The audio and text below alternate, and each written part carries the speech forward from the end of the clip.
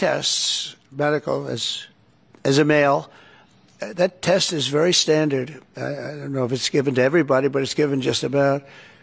And it takes a long time to get to that situation. Now, I think, to get to a stage 9, I think that if you take a look, it's the same doctor that said that Joe was cognitively fine. There was nothing wrong with him. Well, he said, if it's the same doctor, he said there was nothing wrong there, and that's being proven to be a sad situation.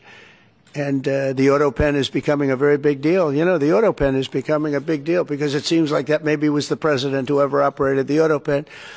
But when they say that was not good, they also, you have to look and you have to say then the test was not so good either. In other words, there are things going on that the public wasn't informed, and I think somebody's going to have to speak to his doctor, if it's the same, or even if it's two separate doctors.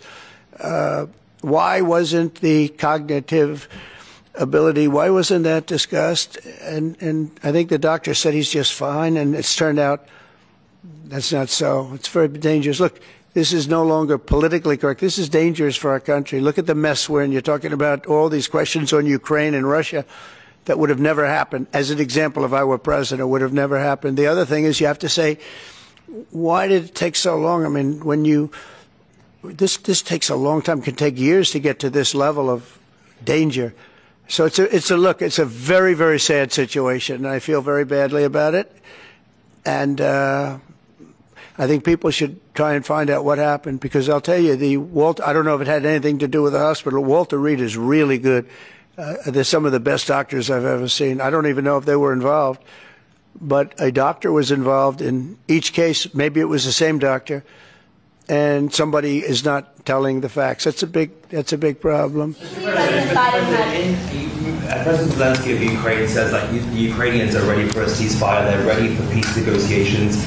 In your mind, is Ukraine doing enough to get this? I'd rather tell you in about 2 weeks from now, because I can't say yes or no. I think, look, he's a strong person. Zelensky, a strong guy, and he's not the easiest person to deal with. But I think that he wants to stop. He's, not. It's a very bad thing that's happening over there. I think he wants to stop. But I could answer that question better in 2 weeks or 4 weeks from now. I hope the answer is that he wants to get it solved. I want to thank everybody very much, and on behalf of the United States of America, we greatly honor your family and your friends and everybody that had to suffer so much. But you have some 3 great men that are looking down on you, and they're very proud right now. They're very proud. This is the Oval Office, and they're a big part of it now. They're a part of the Oval Office, the White House. And thank you all very much. Thank you. Thank you, Sheriff, for coming. Thank you very much, everybody. Thank you. Thank you. अमरीकी सदर Donald Trump Oval office में media से गुफ्तगू कर रहे थे और रूस और यूक्रेन की मौजूदा सूरत हाल पर उन्होंने बात की। उन्होंने कहा कि अमरीका रूस यूक्रेन जंग के खात्मे में अहम किरदार अदा कर रहा है। दोनों फरीकैन को तिजारत की जानिब माइल करने पर काम कर रहे हैं और दोनों फरीकीन की जानिब से मुस्बत रद्द-ए-अमल भी सामने आ रहा है।